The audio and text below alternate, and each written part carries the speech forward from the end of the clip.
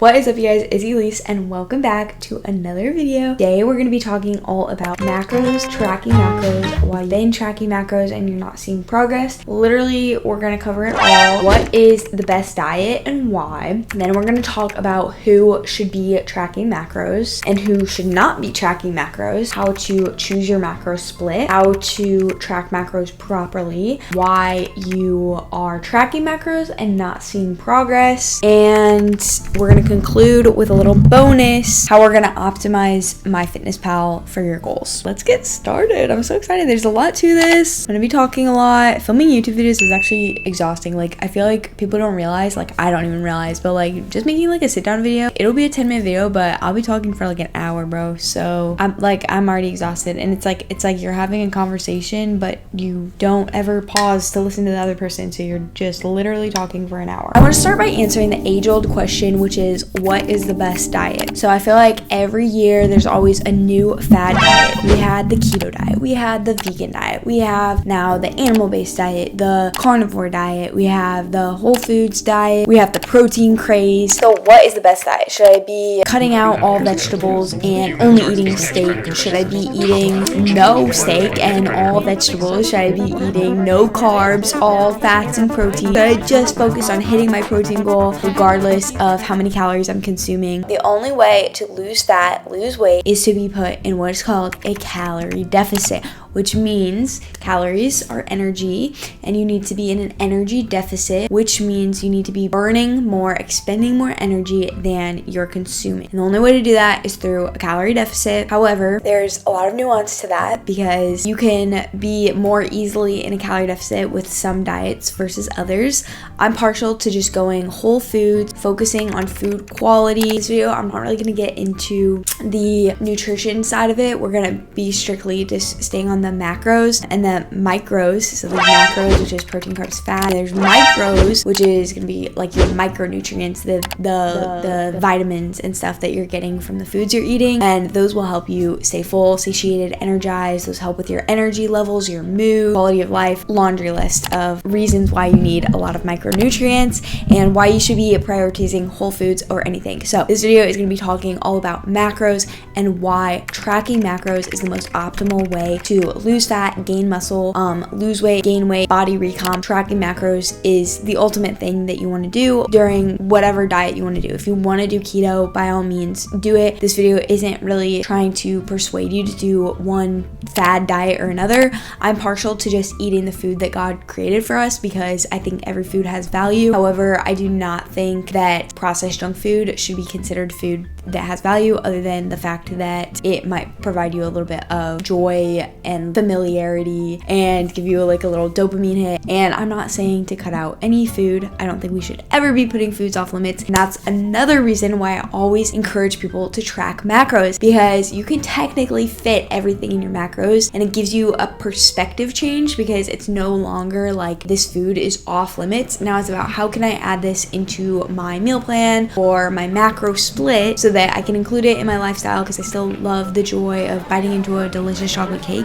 All these other diets, what they're trying to do is put you in a calorie deficit. If they're claiming that they will result in weight loss, they're putting you in a calorie deficit. So the reason that you're going to lose weight really fast on the keto diet, one, it's because you're cutting out carbohydrates, which hold on to, each gram of carbohydrate holds on to 4 grams of water weight. You're cutting out carbohydrates, you're going to lose a bunch of water weight fast, number one. Number two, you're going to be put in a calorie deficit, because if all of your eating is protein and fat, you're going to most likely be eating less food. That is, if you're sticking to whole foods and not processed junk that is marketed as keto. I would not recommend the keto diet for most people, just because I'm partial to including all macronutrients in your diet, as well as a variety of micronutrients. With that being said, I think it's very important to, at least once in your life, educate yourself on how to build a structured plate, getting protein, carbs, fat, and fiber in every meal so that you're full and satiated throughout the day, and getting enough micronutrients to have energy levels and quality of life, be emotionally and mentally stable, and thrive instead of just survive. Now let's talk about who should and who should not track macros. And also I just want to mention I am a certified nutrition coach and certified personal trainer, but I am not a registered dietitian or a nutritionist. Just want to put that out there. In my opinion, you should not be tracking macros if you have a history of disordered eating, because it can potentially trigger some obsessive behaviors. If you already have some sort of anxiety around food, like maybe you're comparing what you're eating to other people, I wouldn't say that necessarily tracking macros is for you. If you're a person who can't stay consistent with things long term, I would not recommend starting to track macros, because you can get in this cycle where you're tracking for like a week and then you take a week off and then you track and you're like, why isn't this working? Which more on that later. We're going to be talking about why you're tracking macros and not seeing progress. And lastly, anyone wanting a quick fix, tracking macros, if done correctly, can lead to sustainable weight loss. But if you're looking for a crash diet or a quick fix to lose 10 pounds in the next week, tracking macros is not for you. Tracking macros is for you if you have specific physique goals, you specifically want to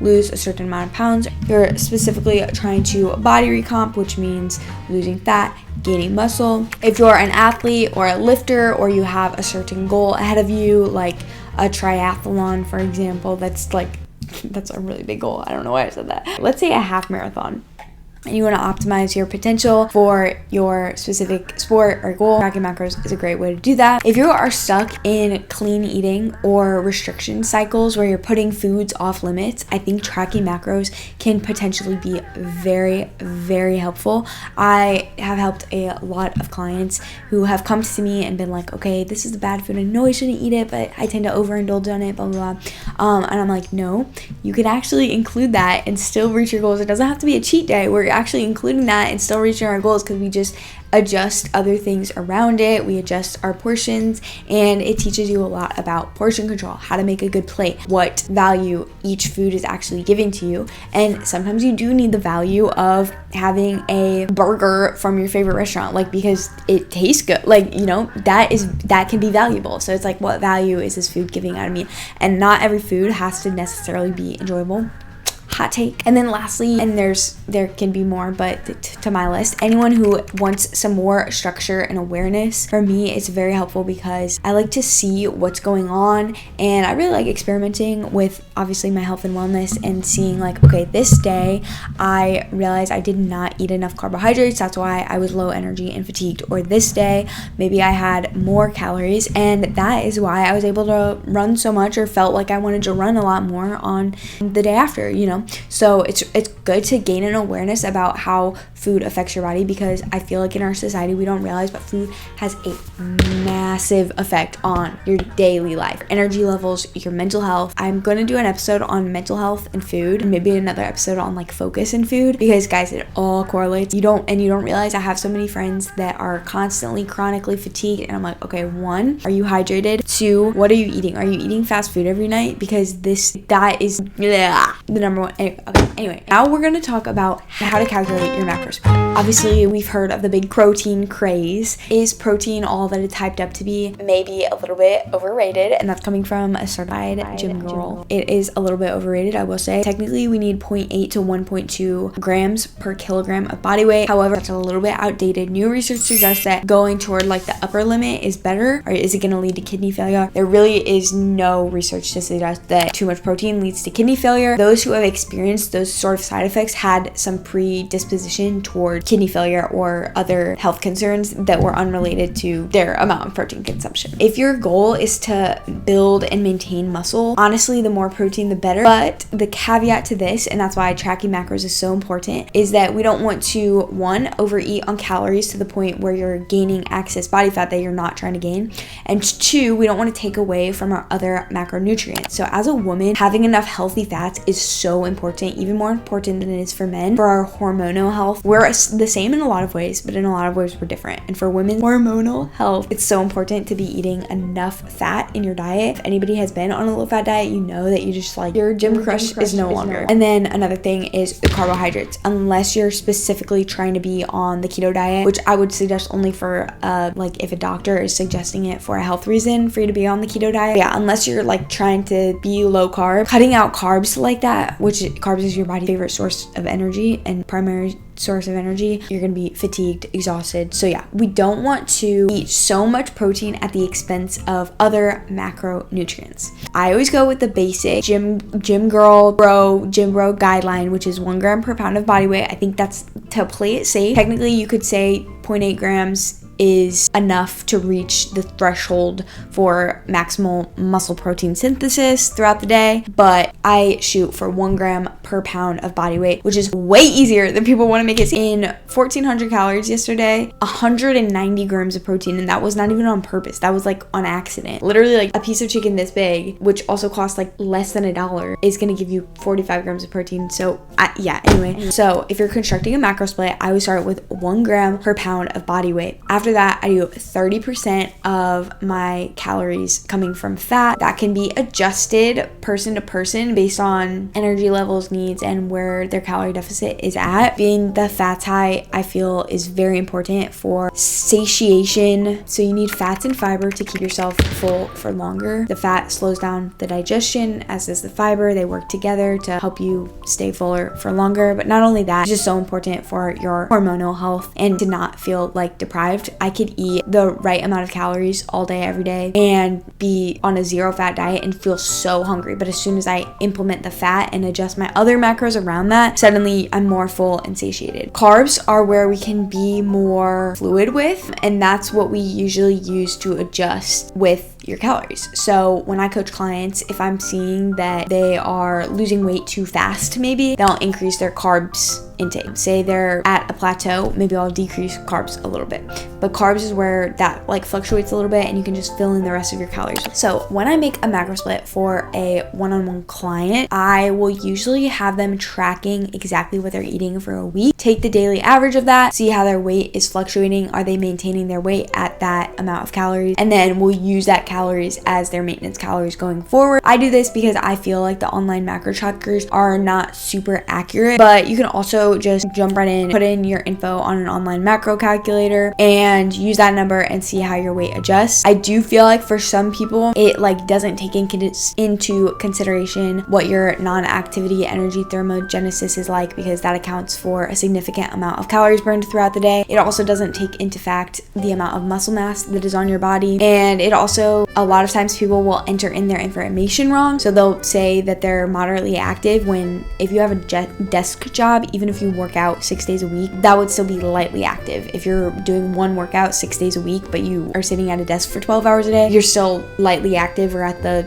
non-active threshold. So people often like overestimate their activity levels also. I would recommend, if you don't want to calibrate based on what you're already eating, because that can be a lot of work, or you don't have a cool coach to do it for you, then just use the online macro calculator, get the amount of calories you want to be eating for weight loss. I might do a whole nother video on how to lose fat without losing muscle, but I just want to mention weight loss of about 1% of your current body weight per week is a pretty good amount of weight loss for you to be losing fat without losing significant muscle. Any more than that and you're going to be seeing a lot of muscle loss. Muscle is really hard for your body to maintain. It's difficult for your body to keep up with the energy demand of maintaining muscle. So unless you're lifting every day, and well, not lifting every day, but unless you're consistently weightlifting and eating enough protein for your body to undergo enough maximal muscle protein synthesis, you will be losing muscle, especially if you're undernourishing. That's why eating protein is so important.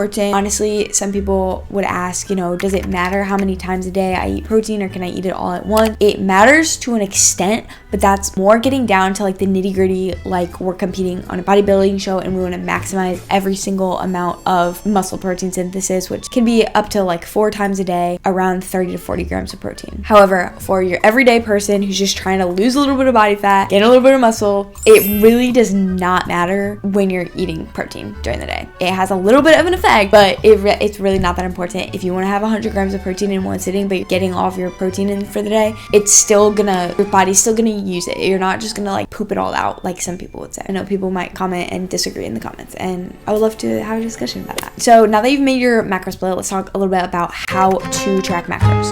So I use MyFitnessPal. MyFitnessPal is the only macro tracking app I have ever used. So it's the only one that I will really ever recommend to people. And at the end of this video, I'm going to teach you how to optimize your MyFitnessPal so that you can see your protein, carbs, and fat for every meal, and so that you can adjust your meals and like the best ways to utilize MyFitnessPal. When you're tracking macros, my number one key for tracking macros is weigh everything. We're not making a habit of consistently measuring things with measuring cups.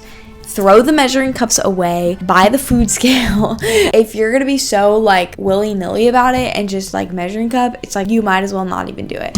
I know I sound extreme, but it's just like there's so much fluctuation with like a tablespoon of peanut butter versus 15 grams of peanut butter is like actually really different, and the calories on that is gonna be so different. And if you're doing that for every single thing that you're tracking every single day, that could be like an extra 500 calories that you're not accounting for because you're just going based off of what the plate looks like or based off of filling the measuring cup. That's why it's really important to be measuring things in grams. And then another tip I will give to you is if you're measuring things like peanut butter, you want to tear the scale with the jar on the scale and then take out what you want and see like the negative grams. We're not like pouring the peanut butter and measuring as we pour, because you're not going to get an accurate measurement in that way, because there's still going to be residue on the spoon. Again, I know it sounds extreme, but it's the habits that you're habitually doing every day, because it's like, why track if you're going to be at 500 calories over all the time? We want to get the most accurate tracking that we possibly can. Tracking macros isn't forever, so why do it if you're not going to be accurate about it? Now let's talk about why you're tracking macros and not seeing progress. You could be using the wrong macro split. We already talked about how to make a macro split. So how could you be using the wrong macro split? Well, perhaps your macro split is not in alignment with your goals. If your goal is weight loss, you need to be eating in a calorie deficit, which means eating less calories than you're expending. If you want to gain muscle, you need to eat in a calorie surplus.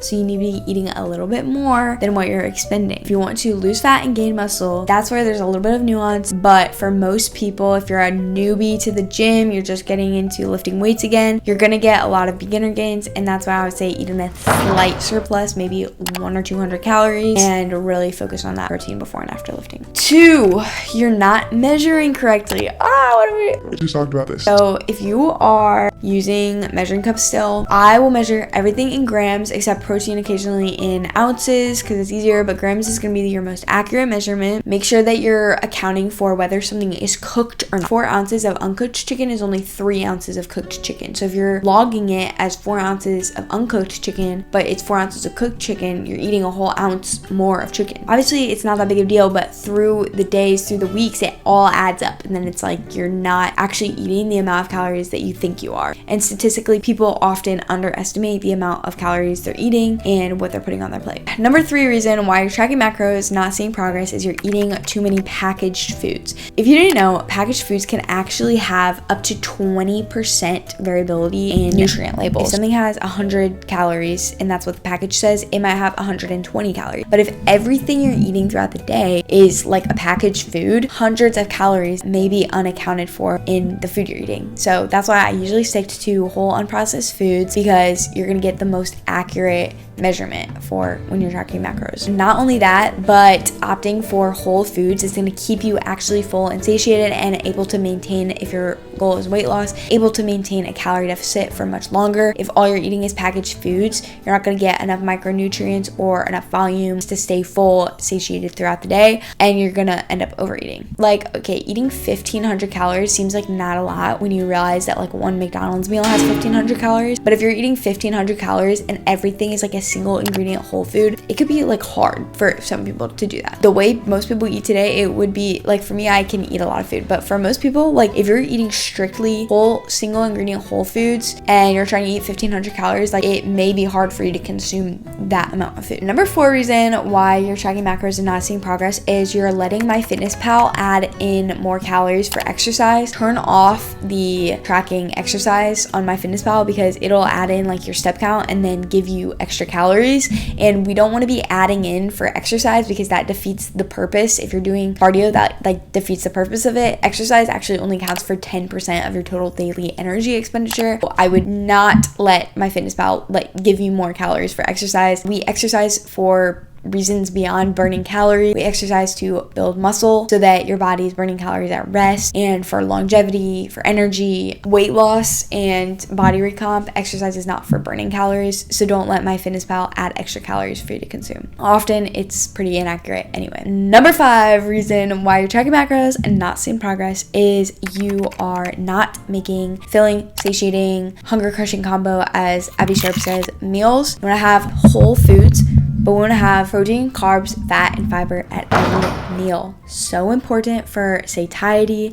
to keep your body spend a little bit of time digesting your food so that you're not hungry immediately after. Lower digesting carbs. Optimizing your plate to stay fuller for longer is so important if you're trying to track macros for weight loss, as opposed to just eating 1,000 calories of potato chips and being like, shoot, no, I can't have it. That's gonna make it almost impossible. And the last reason I have for why you might be tracking macros and not losing weight is you're creating your own macro split and then you're adjusting whenever you get hungry. I have been guilty of this for sure. I think there is definitely an intuitive approach that is good to have, like for some stages of life. Like there have been some times where I'm like, I don't have a specific like physique goal, so I'm just gonna be more intuitive about it, and that's great. And I'm not saying like not to intuitively listen to your body, because you may be more hungry because you're burning more calories. Absolutely, 100%. But if you have a specific physique goal, like specifically I want to lose 0.6 pounds of weight every week for the next 4 weeks, you can't just be like getting to the end of the day and be like, all right, I'm hungry, so I'm gonna be adding more. It doesn't work like that. You just stay consistent,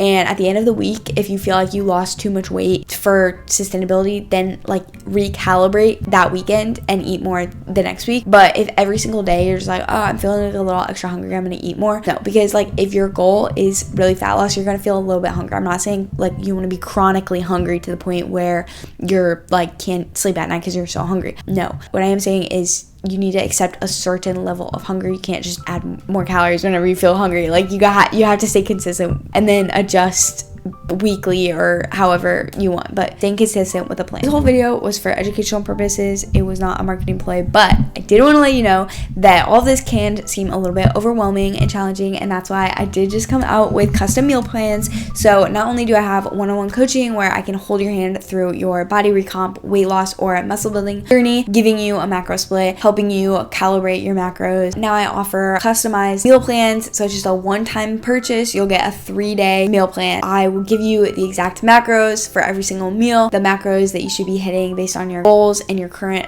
body stats, and creating a 3-day meal plan for meals that you like, so that you're able to get your protein in, not at the expense of your other macronutrients. I'm so excited about this because I just feel like this is one thing that most of my clients struggle with, and that is staying consistent with what to eat. A lot of people don't know how they can get their protein goal in, or how they can stay full and satiated and be in a calorie deficit, or even what their macro split should be. Some people are even scared, I want to kind of bulk, I want to like lean bulk, I want to build muscle, but I don't want to like get like overweight and just like eat McDonald's all day every day because I'm like on the bulk. And so I can also help with that. I would love to be there for you, help you with your macro goals. I am a college student, so I know what it's like to be busy and not want to like come up with dinner every night and be like, what's gonna fit my macros, how am I gonna hit my protein tonight? And that's why having it spelled out for you is so beneficial. There will be a link in the description if you want to fill out an application for customized meal plan. You can also check out my one-on-one coaching. I would love to have a consultation call with y'all. All right, y'all, bonus segment. I'm going to show you guys exactly how to optimize MyFitnessPal for your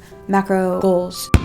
So I'm going to do a little walkthrough on MyFitnessPal. I'm currently recording on my phone. There's a lot of videos on YouTube about this, so I'm not going to go super in depth, but I'll just show you a little bit how I use it and how you can customize it. So first of all, you can go to nutrition, and this is where we adjust our, so for me, I have it on percentages, so I can choose my macro split, or I can choose my calories, and then I can choose the percent of the other things that I want. So I always try to do 30% of fat.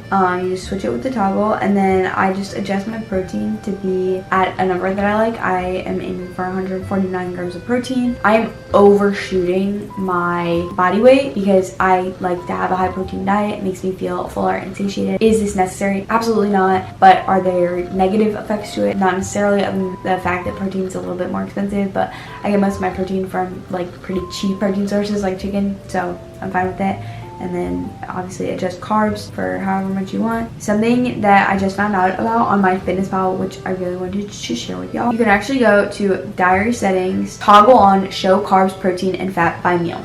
This has been a game changer for me. This is something that I always wanted, and I never just thought to like go in and change my settings. But now above every meal, I can actually see the macronutrient breakdown. Oh, and this is showing the percent, but if you click on it, like I tapped on it, and then it changes. So now I know I had 42 carbs, 8.2 grams of fat, 21.8 grams of protein. I love that because otherwise you're just like wondering, and I don't have to like go in and click on everything and be like, and like add it up in my head. This is so nice because it's important, like the amount of protein, carbs, and fats you're eating at every meal to optimize. Like for me, I try to get most of my carbs before and after my workout. Another thing you'll see on mine is I have pre-workout, post-workout, meal 3, meal 4, meal 5, meal 6, as opposed to breakfast, lunch, dinner, and snacks, which is how it like normally shows up on my fitness pal. That's another thing you can go ahead and adjust in settings. I really like this because I like to eat more than breakfast, lunch, dinner, snacks. That's not really how I eat. I eat pre-workout, post-workout, and then my other meals throughout the day, if that makes sense. And I usually eat more than 3 meals a day. Yeah, you go to diary settings and customize meal names, and then you can fill in up to 6 meals and name them however. Those are my 2 like tips for my fitness pal that I feel like aren't really like talked about a lot. Like I just found those out. I think it's really cool. I hope that you guys enjoyed this video and found it helpful. Comment down below if you have any questions or any video suggestions, or if you have any, maybe you disagree with anything that I mentioned just today. I would love to have a little bit of dialogue about it. Jesus loves you, and thanks for tuning in, and I'll see you guys next week. Bye.